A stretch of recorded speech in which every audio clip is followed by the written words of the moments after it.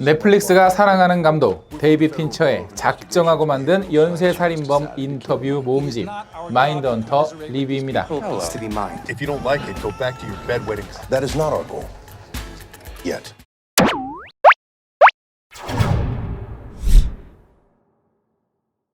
아직 연쇄살인범이란 용어조차 제대로 정립되지 않았던 그 시절, 살인범들은 그냥 사이코라 믿는 수사관들과는 달리 연쇄살인범을 그들만의 관점에서 연구하기로 한 FBI 요원 홀든. 그는 수사관들에게 범죄 교육을 담당하던 빌과 함께 극악무도했던 연쇄살인범들을 찾아가 인터뷰하기 시작합니다. 추악하고 잔인한 범죄의 이면에 숨겨진 연쇄살인범들의 공통점을 정리해 나가기 시작하고 새롭게 발생되는 범죄에 이 연구자료를 적용하여 사건들을 해결하기도 하는데요. 프로파일링이라 불리는 수사도구의 기본을 만들어낸 FBI 요원들의 이야기, 넷플릭스의 범죄 드라마입니다. Black children. You telling me that's a coincidence?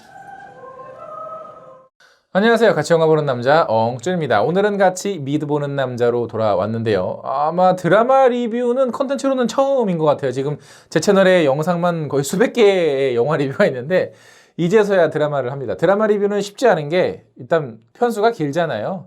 리뷰를 하기가 쉽지 않고 또 영화보다는 드라마를 보는 사람이 아무래도 적다 보니 이제서야 하게 됐습니다. 짬짬이 보고 재밌게 봤던 드라마들도 할 예정이니까 앞으로도 잘 주목해 주시면 될 것 같아요. 자, 이 드라마는 넷플릭스에서 만든 오리지널 드라마, 그 중에서 데이비드 핀처 감독이 만들었다 하면 뭐 믿고 볼 수밖에 없죠. 하우스 오브 카드가 그랬고 바로 이 드라마 마인드헌터가 그렇습니다. 특히 데이비드 핀처 감독은 그동안 연쇄살인범을 소재로 한 영화들을 몇 편 제작을 했었죠. 그 중에는 뭐 세븐이나 조디악 이런 영화를 좋아했던 관객들도 계실 겁니다. 그 영화를 좋아했다면 이 드라마 역시 호기심이 들 건데요. 호기심이 드는 게 아니라 무조건 보세요. 추천드립니다. 왜냐하면 연쇄살인범이 하나만 나오는 게 아니라 여럿 나오거든요. 게다가 실제 살인범들이 모델로 나오기 때문에 그런 역사에 좀 관심이 있거나 궁금하신 분들은 굉장히 흥미롭게 볼 수 있는 그런 드라마일 거예요. 이 드라마는 그럼 어떤 드라마냐? 연쇄살인범이라는 명칭도 제대로 다뤄지지 않았던 시절, 그냥 범죄자들은 다 사이코 새끼들이야 라고 생각했던 그 시절에 연쇄살인범들을 인터뷰하고 공통점을 찾고 카테고리화 시키고 해서 이른바 프로파일링이라고 하는 기술을 만들어내는 FBI 요원들의 이야기인데요. 연쇄살인범들이 어떤 특징을 가지고 있는지 그 자료를 토대로 새로운 범죄자는 어떻게 잡아야 되는지, 그리고 용의자를 특정짓기 위해서는 우리가 어떤 것들을 공부해야 하는지를 만들고 연구하는 FBI 요원들의 이야기를 다루고 있죠. 그러다 보니 이 영화는 세븐이나 조디악처럼 연쇄살인범들이 저지른 끔찍한 범죄에 대한 묘사나 살인사건을 수사하는 과정은 사실 거의 없습니다. 거의 대부분이 교도소 안에서 연쇄살인범을 인터뷰하고 그를 토대로 주변에서 벌어지는 사건들을 조사하고 수사관들에게 조언해주고 뭐 그 정도의 이야기예요. 근데 이 연쇄살인범들이 아무렇지 않게 자기가 저지른 굉장히 변태적이고 끔찍한 범죄를 있는 그대로 이렇게 묘사를 하는데, 이게 희한한 게 잔인한 장면이 하나도 안 나오는데 막 눈살을 막 하고 찌푸리게 됩니다. 이렇게 대화만 나누는데도 불구하고 이 드라마가 재밌고 무섭고 섬뜩한 이유는 요원과 살인범이 대화하는 장면만으로 극도의 긴장감을 만들어내기 때문에 그래요. 사실 이런 연출은 데이비드 핀처 감독이 정말 잘하는 연출이거든요. 그리고 데이비드 핀처뿐만이 아니라 이런 평범한 대화 장면을 어떻게 연출하느냐에 따라서 이 사람, 그 감독의 연출 내공을 그대로 발견할 수가 있죠. 가령 시즌 1에서 주요하게 등장하는 연쇄살인범은 에드 캠퍼인데요. 그는 체구가 굉장히 큽니다. 일단 2m가 넘는 거구고 어마어마한 위압감을 자랑하는데 화면의 구도라든가 렌즈라든가 이런 것들을 다양하게 사용을 하면서 안 그래도 처음에는 거대한 그의 존재감을 더 부각시켰다가 나중에는 에드 캠퍼가 이제는 편한 사람이 되었을 때, 혹은 그가 궁지에 몰리게 되었을 때는 반대로 FBI 요원들을 좀 더 부각시킴으로써 힘의 균형이 깨지고 있는 것을 아주 미묘하게 잘 표현을 하고 있다라는 거죠. 그러니까 쉽게 말해서 대화 장면에서 서스펜스를 만들어내고 긴장감을 유발하고 관객들이 이 현장의 분위기에 어떤 주인공의 관점에서 충분히 몰입할 수 있게 만드는 아주 뛰어난 연출을 보여주고 있다라는 겁니다. 정말 교과서예요. 교과서. 영화 공부하시는 분들은 이거 무조건 보고 몇몇 장면들은 그냥 똑같이 따라 만들어 본다면 정말 큰 도움이 되실 겁니다. 그만큼이나 이 작품에는 매력적인 캐릭터들이 나오는데요. 특히 그 연쇄살인범과 인터뷰를 하면서 그들과 점점 동화되는 주인공 홀드는 마치 아직도 어리숙하고 푼수 같은 모습, 또 그런 매력이 있고요. 또 반대로 굉장히 냉철하면서도 굉장히 멋있게 상황들을 해결해나가는 대장인 빌 텐치 역시도 상당히 이 작품에서 매력적으로 등장을 하고 있습니다. 그리고 이러한 모든 프로세스를 분석하고 카테고리화하고 체계화시키는 웬디까지 이 세 주인공들은 정말 매력적인데, 특히 이 매력들이 언제 짠 하고 나타나냐면, 아무래도 이 사람들이 하고 있는 일이 이 시대에는 좀 어려운 일이에요. 여러 가지 뭐 편견도 있고 하다 보니까. 근데 그런 상황들을 조금씩 이제 타개해 나가고 이 사람들이 했던 일들을 인정을 받고 이러거든요. 그래서 어느 장면에서 그 보던 시청자가 하면서 감탄하는 순간이 있는데, 바로 그게 이 장면입니다.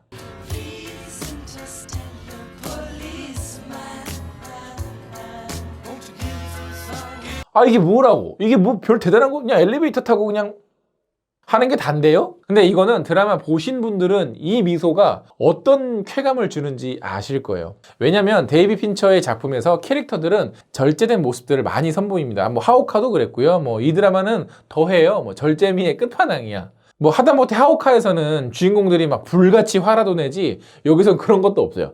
근데 그런 주인공들에게 좋은 일이 생겨서 굉장히 좋은 일이 생긴 거예요. 근데 그래서 싹 웃는 장면인데, 뭐 웃는 것도 아니지, 그냥 미소지, 미소. 근데 그 장면이 쾌감이 큰 이유는 그만큼 몰입을 했기 때문에 그런 겁니다. 그냥 장면 하나하나가 말이 되고 안 듣고 뭐 헐뜯을 만큼 작품이 형편없고 막 가짜는 걸 막 이렇게 트집 잡아가지고 하는 그런 망작이 아니라, 오로지 이 이야기, 이 세계, 이 주인공들에게 완전히 그냥 꼭 빠져서 몰입을 해서 보게 되기 때문에 이런 아주 얕은 미소로도 충분히 우리를 즐겁게 할 수 있다라는 거죠. 그래서 제가 아까도 뭐 영화 공부하는 사람들은 이 사람 그대 장면 따라 해야 된다라고 하는 이유가, 정말 영화의 정말 교과서적인 연출법을 가지고 있고, 또 굉장히 절제된 표현 방식으로도 충분히 감정을 잘 전달하고 있기 때문에 어떤 이 절제된 세련미, 그 세련미에서 느껴지는 섹시함, 이게 바로 데이비 핀처의 색깔이거든요. 그 드라마를 잘 느낄 수 있는 그런 작품이었습니다. 그럼 이 드라마 몇 편짜리고 몇 시즌짜리일까요? 일단 시즌 2까지 나왔고요. 뭐 당연하게도 시즌 3 뭐 아직 확정 뭐 발표는 나오지 않았습니다만은 나올 예정이고, 처음 구상하기로는 5시즌으로 구상을 했다고 하더라고요. 그리고 최근 드라마가 한 시즌이 굉장히 짧아지는 것은 사실 넷플릭스의 영향이 큰데, 이 드라마도 한 시즌이 그렇게 길지는 않습니다. 1시즌이 10편, 2시즌이 9편짜리예요. 그리고 이 시즌은 1시즌이 나온 다음에 2년이 지나서 공개가 됐더라고요. 나 이렇게 오래된 줄은 몰랐어. 참 이럴 때마다 세월이 지나가는 것을 새삼새삼 느낍니다. 그 이유는 제작자인 데이비 핀처 감독이 직접 이 드라마를 편집을 했기 때문인데, 원래 굉장히 편집에 오래오래 공을 들이는 감독이거든요. 거기다가 촬영할 때도 한 컷 공들이기로 유명한 감독이라, 뭐 이 사람의 어떤 스타일에 대해서는 나중에 다른 영상에서 자세히 얘기하도록 하고, 아무튼 그렇기 때문에 이 영화는 영화가 아니죠. 드라마는 제가 영화라고 얘기할 만큼 굉장히 완성도가 높습니다. 특히 이 드라마 같은 경우에는 배우 샤를리즈 테론이 드라마의 제작자로 참여를 했는데, 이 드라마를 제작하게 한 장본인이 바로 샤를리즈 테론이니까 뭐 그분이 아니었으면 또 이런 좋은 작품 접하기 어렵지 않았을까라는 생각이 들더라고요. 그렇다면 시즌2는 어떤 이야기냐? 시즌1에서는 주인공이 살인범들을 인터뷰하고 그 사람들의 어떤 감정에 이렇게 동화돼서 뭔가 이 사람 이상해지는 거 아니야 하면서 약간 변해가는 이야기가 큰 축의 이야기였다면, 시즌2에서는 또 다른 연쇄살인범을 인터뷰하면서 시즌1에 뿌렸던 여러 가지 떡밥들이 중요한 사건으로 등장을 하고요. 시즌2 중반부터는 이제는 실제 사건에 또 개입을 합니다. 그러면서 이 사람들이 지금까지 쌓아왔던 어떤 데이터를 바탕으로 실전에 적용해 나가는 과정들이 나옵니다. 그래서 어떤 부분들은 굉장히 유용하게 쓰이고, 어떤 부분들은 이 사람들이 아직까지는 미숙하구나라는 것을 알 수 있는 이야기죠. 그러면서 또 캐릭터들 역시도 성장해 나가고, 또 새로운 갈등들도 막 등장을 하는데, 그런 부분들이 가령 직장에서 느낄 수 있는 갈등들이 많아서 직장인들도 이해할 수 있는 그런 이야기거리도 시즌2에는 좀 더 많았습니다. 그러나 뭔가 속 시원한 결말을 원한다라면 시즌2는 그렇지 않아요. 오히려 시즌2는 미결 범죄를 소재로 한 영화의 대표적인 작품이 살인의 추억이잖아요. 마치 살인의 추억을 보는 듯한 안타까운 어떤 느낌도 받을 수 있습니다. 그러나 다행인 건 살인의 추억의 화성 연쇄 살인 사건의 진범이 이제서라도 밝혀져가지고 참 다행이죠. 그리고 참 시즌 1에서부터 등장한 그 실제 연쇄 살인범 모델이 하나 있거든요. 약간 중간중간 그 드라마 오프닝마다 나와서 약간 이상한 행동하는 사람. 시즌 2에서도 본격적으로 시작되진 않았는데 또 다음 시즌에 아마 나올 것 같습니다. 자, 그리고 시즌 2에는 찰스 맨슨이 드디어 등장을 하는데요. 찰스 맨슨이 어떤 사건을 저질렀고 또 이 사람이 어떤 생각을 가지고 있는지 흥미롭게 볼 수 있었던 에피소드가 몇 개 있고, 또 재밌는 사실은 이 드라마에서 찰스 맨슨 연기를 했던 분이 타란티노의 영화 원스 어폰 어 타임 인 할리우드에서도 찰스 맨슨 연기를 했다고 합니다. 마치 5공화국에서 박정희, 전두환 그런 연기는 늘 하던 배우가 하잖아요. 마치 그런 것처럼 이 배우도 찰스 맨슨 전문 배우가 됐다는 건 그만큼 찰스 맨슨과 많은 부분이 닮았기 때문이겠죠. 아무튼 제가 이렇게 추천하는 드라마 마인드 헌터는 넷플릭스에서 보실 수 있고요. 데이비 핀처 특유의 차갑고 절제된 세련미, 그 안에서 느껴지는 그냥 작품 그 분위기 자체가 그냥 섹시한 그런 작품, 어떤지 한번 보면서 여러분들도 느끼시길 바랄게요. 그리고 연쇄살인범들이 어떤 생각을 하고 그 사람들을 이해하려면 어떻게 해야 되는지 이 드라마 안에 잘 들어있으니까 한번 공부 삼아 보시는 것도 좋을 것 같습니다. 자, 이 드라마도 저희 엉찌 구독자분들의 댓글을 받아봤는데요. 그거 한번 같이 읽어보면서 이야기를 나눠보도록 하죠. 팬딩을 통해 저를 정기원해 주시는 분의 댓글입니다. 현님께서는 시즌2가 시즌1보다는 조금 아쉬움이 있지만 시즌3는 언제 나온대요? 또 한 2년은 더 기다려야 되나요? 그러니까 데이비 핀처 감독이 이게 손이 빠르신 분이 아니다 보니까 한 시즌 만드는 게 너무 오래 걸립니다. 그냥 시즌 5로 구상을 했다는데 5 하지 말고 시즌 3로 밀도 있게 그냥 끝내는 게 어떨까? 라는 생각도 들더라고요. 유튜브 댓글입니다. F조아님께서는 시즌1보다는 다소 루즈한 시즌2 아틀랜타 사건이 프로파일링이 널리 인정받게 된 사건이었는데 드라마에선 사회 부조리와 인종차별 이슈에만 초점을 더 많이 둔 것이 약간 아쉽긴 했지만 마인드헌터 특유의 분위기, 서늘함의 다큐 느낌 한 방울, 그리고 섬뜩한 비극이 조여오는 비르의 가정사 때문에 시즌3가 더욱 보고 싶어지는 드라마. 제발 시즌3는 빨리 나왔으면 좋겠습니다. 저도 시즌2는 중반부까지는 괜찮았는데 중후반부는 살짝 아쉽긴 하더라고요. 승승님께서는 친구가 이 미드를 보고 범죄 심리 전공 서적을 읽기 시작했습니다. 굉장히 딥한 걸 좋아하는 저에겐 완벽한 내용이지만 호불호가 굉장히 갈릴 것 같아요. 이 드라마 자체가 상당히 정적이기 때문에 뭔가 스펙타클하고 뭔가 사건이 속 시원하게 탁 해결되고 하는 어떤 그런 CSI식의 드라마를 원하시는 분들에게는 아쉬울 수 있는 작품일 거예요. 그러나 데이비 핀처 특유의 그 조곤조곤하지만 사근사근한 재미, 요게 분명히 있습니다. 김댄주님께서는 개인적으로 이런 범죄 심리물 정말 좋아하기에 최애 드라마, 서프라이즈에 가끔 나오던 미국 최악의 범죄자들을 어떻게 표현했는지 보는 재미가 있어서 좋음, 그리고 프로파일링 분야 연구가 어떻게 성장했는지 보는 것도 참신함. 그러니까 어떤 새로운 분야를 개척해 나가는 모습들을 보는 거는 늘 그 흥미로움을 자극을 하는 것 같아요. 쭈 러블리님께서는 너무 좋아하는 미드 마인드헌터를 보고 난 후 넷플릭스 월정액을 신청했죠.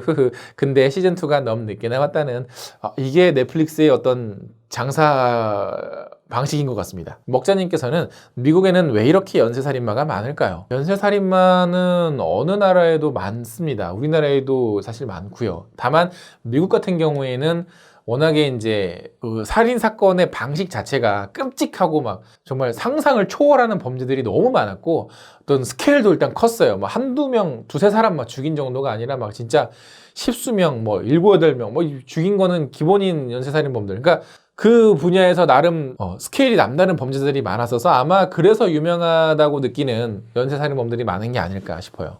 브라이언 문님께서는 주인공 3인방도 뛰어났지만 범죄자들의 연기가 정말 뛰어났던 것 같아요. 역시 좋은 드라마나 영화엔 뛰어난 주연아닌 조연분들의 역할이 중요한 것 같다는 생각이 들더군요. 특히 에드먼드를 연기한 분은 정말 대단했습니다. 에드 캠퍼라는 그 연쇄살인범은 실제 그 모델과도 굉장히 흡사하기도 하지만 참 드라마 안에서 엄청난 위압감과 매력을 그냥 확 뽐내고 있더라고요. 사실 저는 그냥 몇몇 그 살인범들에 대한 정보만 알았지 에드 캠퍼라는 살인범은 전혀 몰랐는데 오히려 이 드라마를 보면서 저도 좀 찾아보고 공부하게 됐던 계기가 된 것 같아요. YR킴님께서는 넷플릭스에서 맨 첫 번째로 본 미드 크리미널 마인드 팬으로서 마인드헌터 재밌어요. 맞습니다. 그러니까 이런 어떤 심리 수사, 심리 범죄물을 좋아하시는 분들에게는 참 찰떡같이 좋은 드라마죠. 크리스탈 K님께서는 대학 때 범죄심리학 전공하려다 인문학 전공했는데 졸업하고 독학으로 범죄심리학 공부하던 중 보게 된 미드입니다. 프로파일링의 역사와 다큐 느낌이 매력적인 드라마예요. 물론 이 드라마도 어쨌든 그 팩트를 기반으로 한 픽션이기 때문에 어느 정도의 가공된 이 상황들은 있겠지만 그럼에도 불구하고 상당히 범죄심리학 쪽에 많은 관심을 갖게 하는 작품이면 틀림없어요. 왜? 어릴 때 보는 영화나 드라마나 이런 작품들 속에서 나도 저런 직업을 갖고 싶다라는 꿈을 꾸게 되잖아요. 그래서 이 드라마도 이쪽 분야에 관심이 있으신 분들은 흥미를 느끼고 공부하고 이쪽 분야를 꿈꾸게 할 수 있는 작품이 될 수도 있더라고요. 그 외에도 이 드라마를 정말 최애 미드라고 꼽아주신 분들이 정말 많은데요. 저 역시도 뭐 넷플릭스 월정액으로 끊고 보긴 하지만 사실 한 달에 뭐 보는 작품이 영화도 그렇고 뭐 다큐도 그렇고 애니도 그렇고 거의 많이 없어요. 그러나 이런 가끔 간혹가다 나오는 이런 좋은 작품들은 저도 계속해서 정주행해서 하루에 한 편씩 보기 때문에 참 제대로 본 몇 안 되는 최근에는 미드였고요. 나중에 시즌3가 나온다면 시즌3도 리뷰를 하도록 하겠습니다. 자, 영상 재밌게 보셨다면 좋아요 누르는 거 잊지 마시고 구독 버튼 아직 안 누르셨다면 구독 버튼도 꼭꼭 눌러주세요. 그럼 전 다음에 더 재밌는 드라마 혹은 영화 리뷰로 찾아뵙겠습니다. 다음에 만나요. 안녕.